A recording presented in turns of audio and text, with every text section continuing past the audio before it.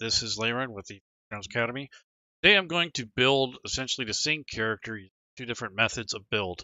There is a traditional drag and drop build, and there are also the new character wizard build, which we will explore through this video. So one will have advantages over the other, and so on and so forth. So they both have their pros and cons. So there are some things that I had written down in regards to how I want to run the stream and also how to compare. So for drag and drop method, for that is going to be the first attempt or build. We're going to do them side by side, but I'm going to start with that one first. So the pros would be offered a better understanding of the interface when you use drag and drop method. And it supports more homebrew, third-party options, provides greater accuracy and control over the build process, but it has a slower build rate. There's no native ability score, no ability score dice roller built in. The build order kind of matters, and you have a potential to double up on skills when you're using the old drag and drop method. And it's sort of is clunky, and a lot of people don't find it very intuitive. The character wizard option that's kind of semi-automatic is faster, flexible in build order. You don't have to have a certain pattern necessarily.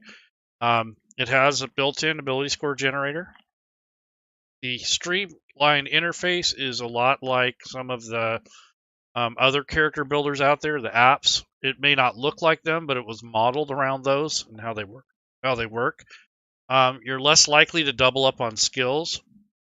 It's a little bit of an easier transition between the tabs and the things that you got to build. But for the cons, there's less control during the creation process. It requires a little bit more maintenance and updates. As time goes on, new stuff is added that the character builder has to be worked on more. And you must ensure that all sources are loaded before you initialize the character tool. Character wizard tool, if you try to decide that you want to open another book after you've already started building, it likely won't pull in those changes. So that's something you have to keep in mind. So really, we're going to try both of these. We're going to build a Dwergar cleric, and that will give us a good sample of a bunch of different things. I do have some automated extensions loaded to help make the back end quicker, so it'll add all of the automation and those sort of things that don't normally come with Fantasy Grounds. So we'll kind of go over that at the very end. So the two different methods is what we're going to cover today. Over here on the right, I have the library, so I'm going to open up my library to show you what I have loaded. And in this case, quite a bit. So if I go to modules, I have a couple of the Rob2E modules. I have a map pack in case we need to demonstrate something. I have the core rules and a bunch of supplements that I'm going to use to build the characters with. So most of this is actually the official content from Wizards of the Coast. That's the content I'm going to use. Before you start the character wizard, you want to make sure those are active, they're opened, and they're shared with your players if you're sharing the content. And they also need to open and activate these on their end before they start the character wizard. I've seen people start it, and then they go, oh, wait, I want it Xanathar's, and then they load it. And what they'll find is that if the character's already in halfway being built, it won't pull in those changes. You'll have to start over. So nonetheless, let's get started. So I'm going to close the modules, and I'm going to generate two different characters at the same time. So first I'm going to start the character wizard, which is the beginning of that. And then down at the bottom right of the character selection window, I'm going to click Add Item, which will bring up a character sheet. So these are going to be the two differences that you have when you're building a character. So first things first, ability scores is generally what you start with first with the older classic method. So I'm going to move that over here because I'm going to start with that. And this is something that you kind of have to do. You don't have to, but if you want your calculations to turn out correctly and you want it to build in the proper kind of like a better sequence and less likely to double up on abilities or skills, this is the way that we've learned to do it over the years. This starts from classic. So ABRC, so a battle ready character. So that's ability scores, background, race, class, and level. On the character wizard, it really doesn't matter. So I'm going to skip over to abilities. And over here, you have a methodology to create your own ability scores. You can dice roll or manual entry. You can do the point buy, or you can do the standard array. So if I click on point buy, that's going to automatically assign all this stuff here at starting value of 8, whereas here the old way starts with 10. So if you want to just plug in the standard array, you can also click that, and that does a 15, 14, 13, 12, 10, and 8. And then of course you can do the dice roll method, which is not supported in the older method. So if you click this, it's going to roll a bunch of dice. It's going to assign it in this window base down here, and you can drag and drop these and change the order in any way you want. But whereas this one, you have to manually single click in the cell and change whatever it is that you want to change. If you want to roll this dice string like was done here, you have to do a dice command. So it's right/die, and then you would basically tell it 4d6 k3, which is keep the highest 3, or you can do 4d6 D1, or is it drop the lowest, however you want to do it. But basically that rolls this die, and there's a command that you can use to do the same type of thing. And then you would drag and drop the number value into the cell that you want, or you can just manually single click and type over what's already there. That's kind of confusing for newer people. They try to double click and it ends up rolling a dice. So if that's the case, then all you have to do is just single click and type over what's already there. So it's not very intuitive. If you look very carefully, it's hard to see on the stream, but it does kind of highlight. So when you click on one of the cells, it's kind of like shades around it. So it lets you know which one you're on, but it really doesn't stand out. But I'm going to go ahead and switch this to the standard array, and I'm going to do the same thing, but I have to do it manually. So there's no dice roller for this particular basically the manual way of doing it. So 15, 14, 13, 12, 10, 8. So that's already a difference there. So creating ability scores is a lot simpler with Character Wizard. If you're going to do it with old drag and drop method, you kind of have to fiddle around with them yourself. You have to come up with your own dice roll. So that dice roll command was right/roll with a space 4d6 K3 or 4d6 D1. They both do the same thing. So what that does is it will drop the lowest. It'll do the 4d6 drop the lowest method like the Character Wizard. So the next step is I'm going to go by the manual method because we have to do that way. So here's the background. So on the Character Wizard, I can jump over here to background, and they're all listed here. Whereas if I use the older method, I'm going to be going over here to the right under the character section, opening up the background window, and then I have to drag and drop the one I want. So we're going to do a cleric. So I'm just going to do the folk hero background for this particular build for this dwarf. And once I drag and drop it on the sheet, it's adding it to all the stuff in the Fantasy Grounds in the manual way, including the skills and such. When I do it in this area, which I'm going to do the folk hero, all I have to do is click on this green plus button, and then if there's any proficiencies added to it at this point, it's going to ask me to pick a tool proficiency. So I'm going to go with, I'll just go with Smith's tools. That's kind of a common thing. So over here, if I would usually skip that and wait till later, but on the ability scores area, you would have to add that manually. So it does say you get one type of artisan tools and then vehicles land, whereas this kind of just gives you, whatever it is. You get animal handling and survival from that background, and then the rustic hospitality is listed here. So if I want to make that part of this build over here, I'm going to have to list it manually. So I would hit the enter, and I'm going to hit Smith's tools. I'm just going to type it in there. You don't have to do this, but it is a good way to keep track of what you did during the character build. So if you're a newer player, and you're not familiar with Fantasy Grounds, I would make notes and stuff of what you chose. That helps your GM. So now that we have the background figured out, now we're going to do race. So over here, I'm just going to click on race. And on this side, I'll click on race as well. So I have to go to open up the data over here on the right where the races are. And we're going to pick a dwarf. So I'll just do a regular dwarf instead of dwargar. Yeah, that's fine. Now we'll do a regular dwarf. So I'll drag and drop dwarf on the race tab. And now it pops up and it asks me which type of dwarf. So I'm going to go with a heal dwarf or a shield dwarf, depending on what setting you're in. I'll just dwarf. Then I confirm. Over here, all I have to do is click on a dwarf entry to read it. And then if I click on the actual cell, I can pick the hill dwarf by clicking on this green plus button. And then it lists all the different things that come with this.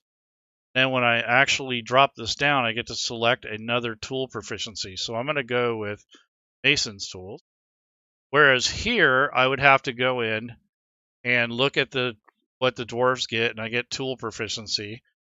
So I would notate that here on the screen. So that way my DM knows which ones are proficient with it. So that's Mason's tools. And it doesn't really do anything mechanically, but it does notate the choices that I made. So then all these other things like resilience and combat training and all that stuff are listed here. Whereas in this one, it's broken out into pieces, and I can click on them and read them in individual ways. Or over here, I can do the same thing by clicking on these buttons. So that's some of the differences there. Now what we'll do is the last thing that we do for Fantasy Grounds is for the older way is classes. So I need to pull up the classes over here on the far right. So there's a window called classes or a data folder. And I'm going to pick cleric, pick the one out of the player's handbook. So just drag and drop that. So I open up this little magnifying glass, and then I'm going to drag and drop cleric from this actual list over here. That will do that. And if anything pops up, it'll give me choices. I just got to wait a second for it to pull up the data. And now it wants 2 skills. So this is where you could fall down with the actual build here. So if I go over to my abilities or my skills, I have animal handling and survival. So I definitely don't want to take those. So I'm going to take history and religion or medicine. Let's do it medicine and get rid of history. So those are my 2 skills. So when you do that over here in the character wizard, you're not going to double up very easily. It's harder to double up. So I'm going to go ahead and confirm what I've chose. And then it's going to ask me for my domain. So I'm going to go with the life domain and then go ahead and confirm. So on this thing over here on the right, when I go to my class, all I have to do is click on the actual class. So we're going to go with the cleric. And then what I'm going to do is take a look at the options here. And there's a spells drop down here that I can choose. And I got to pick my divine domain. I did on the other side. So here's the life domain. And then go to proficiencies. I'm going to click on medicine, and the other one was religion. So that's the differences kind of in how to, how these things play out. And then when I want spells, I have to click over here, and then I'm going to pick 3 cantrips, and then I'm going to pick my spells for first level.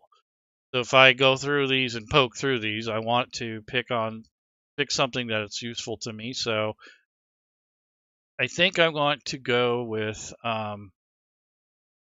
Spare the Dying. It's always helpful in combat. And if you didn't like that choice, you can just double click on this little X here, or the little round circle with the line through it. So I'll go with Toll of the Dead, and then the other one was Spare the Dying, and one more. So probably let's go with Mending. That's kind of handy sometimes. I needed a utility. One's healing, one's kind of a damage dealing thing, and then this one is those are my 3 cantrips. And now I'm going to click on level 1, and I can go through these and pick. So I'm going to go with Bless, and let's just a few more, maybe Cure Wound, and maybe a couple more. So Guiding Bolt, really good one. That one a lot. Want any of these over here? Nope. So definitely want Guiding Bolt. That's a savior there. Guiding Bolt, definitely use that. And maybe one probably the next one. Okay, so some of these might be bonus spells too, so that's something you'll have to check in your features. You come down here to your divine domain. There's some life domain spells. So Bless, Cure Wounds are not part of my everyday, what you can basically call upon. So those are domain spells. So when I set this character up later, when I get to towards the end, then I'll do that part. So on this particular character here, if I want to bring spells over like I did there, I'll have to come over here to the spells and drag and drop them from the actual section over here. And I'm going to use the Rob 2e coding effects for spells. And then down at the bottom, there's a filter. So I'm going to go with 0 level. And then source will be cleric. So that way I can narrow the list down. And then I would just basically do the same things that I did over here as far as spells go. So I would drag and drop them to where it's the spell slots on. So I'm going to go with Mending. It's the other. Spare the Dying. And Toll of the Dead. And then as far as my spells go, I'm going to have filter this to level 1. And then I'm going to go with Bless. And I think the other one was Cure Wound. Guiding Bolt. I think there was one other. Oh, Healing Word. Okay, so those are basically your choices of, how the spells work. And now, for some reason, when you make your own spells, I don't know what causes this. Sometimes the DC challenge ratings are not quite set right. So in order to do that, to make sure that's correct and that they set themselves, if you right-click and you go to, I think you can reparse the actions, which will fix those. So if you're seeing that you have the wrong spell save DC or something guide, with your spells, you can right click and ask it to go to reparse. So that way it is correct and you have the correct calculations for because sometimes it doesn't update right away. So that's correct. Or you can go in manually and type in what it's based on. Sometimes it'll be blank here, so you can put wisdom. So that's just a little quirk that you'll find with different tools. Will have different little quirks. So there's all the spells. And as you can see, since I have the automation, it's already added a lot of the different things that a cleric would get and a dwarf, because I have the Mad Nomad's automatic actions and I have Rob 2e's coding effect. So it's automatically pulling that onto my sheet, which is nice. And then from here, I can set the quantity of my crossbow, and it's giving me the base equipment for a cleric already. I haven't even done this yet. So if I go over to the equipment section and I select a starting kit, that's what I'm going to get. So now I can pick which stuff I want. So I picked to be a smith. I want that if they offer it. So I'm going to go through here. I got Mason's tool, so I'll just pick that. I have a mace, so I'll go ahead and pick that. And I want the chainmail armor. Then let's see, this is my second weapon choice, or a shield or something like that. So I want the priest pack, and go with, yeah, so I'll do a light crossbow. That's what the other guy has, so I'll just do light crossbow. So that's basically how that's happened. And then for my holy symbol, I'm going to pick a probably reliquary, and that's it. And then once you're done with this, you can go back, go to commit, look over your choices before you hit commit, because once you do that, once you save it, you're basically stuck. You can't go back and fix this unless you do it all manually. So I'm just going to say dwarf 2, just so I know dwarf cleric, just in case I want to use this in another something. It's important to name these accordingly. And I'll just copy and paste this and put this over on this sheet, but I'm going to call it dwarf level 1, but dwarf, we'll say A dwarf. This is number or letter A, and this is the get confused. Because once I hit commit, it's going to look just like this.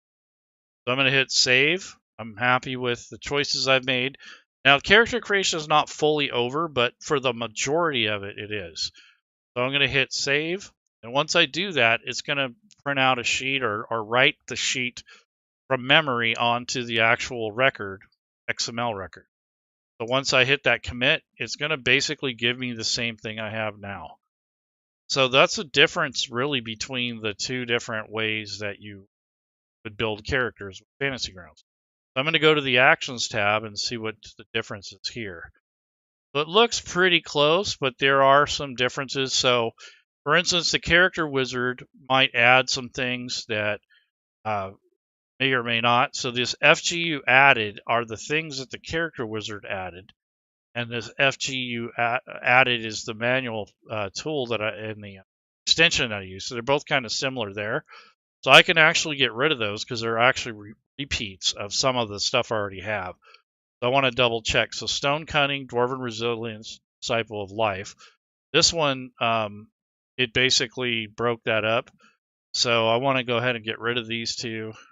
I don't need it. So if I go to the Edit button, I can just double click and get rid of these FGU added and the header itself. So I don't really need that twice. And let's take a look at the, so condense the spells back to where, and let's see, we want to go to the edit mode, standard and group. So we have candle, we have these spells, which make sense. Then we have the Dwarven Resilience, Disciple of Life. So it's on here twice. So we only need it once. So we're going to get rid of this actual list here. So you go to the edit tool, and I'm just going to delete the stuff that was automatically added by Fantasy Ground because I don't want redundancy. So rid of these three because I already have them. Another capacity on here. So that's essentially the difference there. And then just this little fine tweaks, like for instance, this sheet over here, I might want Disciple of Life. So you can take an existing ability and drag and drop it to another character sheet. So if you don't want to recreate this, you can just left click and drag, put it on this sheet so it matches the other. So then you have your own Disciple of Life. See, it didn't go to the correct area.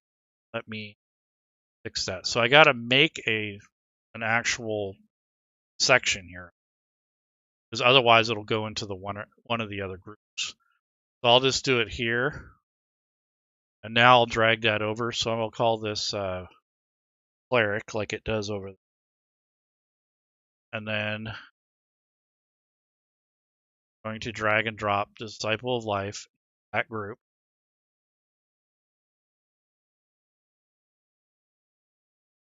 There.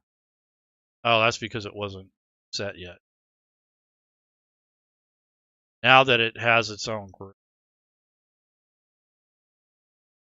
This one, I'm just deleting the Disciple of Life out of here. Spells area. Kind of wanted its own group.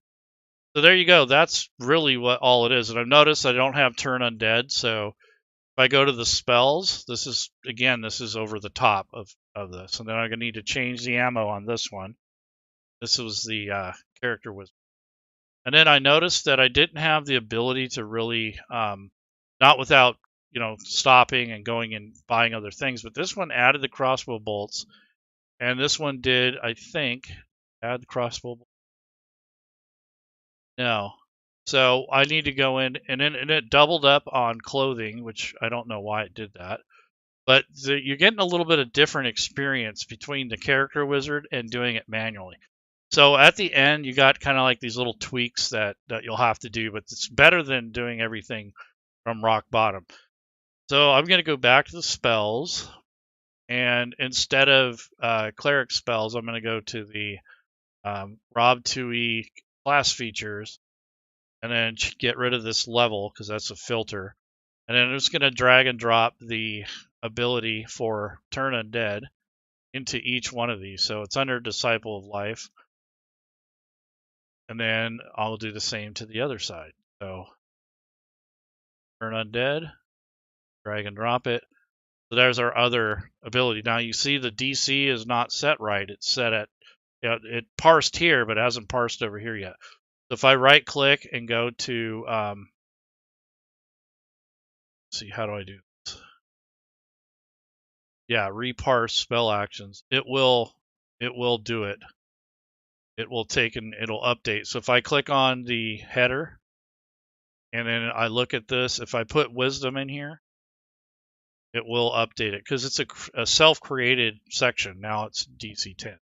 So that's part of the differences here in these two build methods. You got little slight tweaks that you want to do, as you're building a character. But that's the difference, really. The main difference is all the other stuff is little or smaller changes, how things are listed and customized. So it really depends on what your needs are and what's actually going on at your table. So again, I use the character wizard, and then I use the older drag and drop method. So this one on the left was the older method. The one on the right was the character wizard. Now, one last thing is level up. So if I come over to the dwarf cleric level 1, use the old level up method, I have to come back to the main tab. I open up the class and level, and then I just take this little link over to the right, drag and drop it, and it goes into this, back into this block. I didn't drag it anywhere specifically. It just adds another layer. It adds the hit points and whatever ability scores go with it, or changes. On this one, for the actual character wizard, I'll go back to the same group where this proficiency is, and then click level up, and that brings me back to this character wizard. At this time, I can add a couple more spells, and then I can actually go to level up and take a look at maybe adding another spell or two, and then hit commit, and then save. So that's the difference in the level up process. Now on this dwarf here, I didn't have the opportunity on this left side to add the spells, so I'll have to manually go over to the spells area again and grab a couple new spells when it's time to level. So that's really the differences there, is you're kind of given that choice with the wizard right up front, and then sometimes you're given the choice on the back end. So it just kind of depends on what your preferences are, but that's essentially the differences. If hopefully that helps you guys understand it. Now there are some pros and cons that I'll go back over again with each of these. So just a recap. In conclusion of what I'm doing here, both methods of character creation in the Fantasy Grounds Unity interface have their advantages and disadvantages. So you have the drag and drop. It gives you more control, customization, and you can use homebrew content, whereas the character wizard provides a quicker and more streamlined process. The best choice really depends on your personal preferences and how much time and effort you're willing to invest in character creation. Next is a summary for the, some of the pros and cons are going to depend on what you're used to and how you play and that sort of thing. So I'm going to put this stuff up on YouTube. It'll be up there if you need to cross-reference it later. But essentially, I just built the same character with two different methods. The character wizard is a really good, quick way to get started. It's less likely to make mistakes on it. It's just things like that. But it doesn't accept the homebrew very well. If you make custom classes and races and stuff, it won't pull on those. So you'll have to drag and drop those after the fact. But as far as the, build and how quickly you can do it, it's pretty quick. I mean, I timed myself in other videos, and I think I saved maybe about 10 minutes overall. And if you're going to build an entire party, you add 10 minutes, that's like a good hour of saving time. So, it doesn't seem like much with just one character, but if you are going to build like 6 pre-gens, that's quite a big difference. But anyway, so it's all going to come down to that, the editing and the little micro changes at the end anyway. But just nonetheless, I just wanted you to see that. And when you're done building your character, you're in the actions tab. You want to come down to you get rid of this thing. I don't edit, get rid of that. Okay, so what you want to do is change the mode as a player, if you are, to preparation, if you're going to prepare your spells, and then go to actions and combat and actions. That's how you set this to play. Because you're kind of in a build mode when you're building characters, and it switches over to more of some kind of way to get everything going and kind of make it quicker for you, and also gives you the interface to look at all this stuff. So yeah, and something goofy happened here. This added like all of the different class abilities for FGU added. So I don't know why that was, but that has something to do with the way that the automatic action things work. So I would definitely go in and delete that because it's a whole bunch of stuff that's probably not. Yeah, so it just added a whole bunch of stuff here that's FGU added. So this is stuff that would have been added in automatically had you build it, but I don't know why it would pull all this stuff in, but it did. So I would just get rid of these and call it good. Let's see. So anyways, that's how I'd clean the sheet up. I don't know why it added those. Anyway, so that's the end of the video. You guys take care. Have a good week. Tomorrow's Thursday. We're getting close to the end of the week.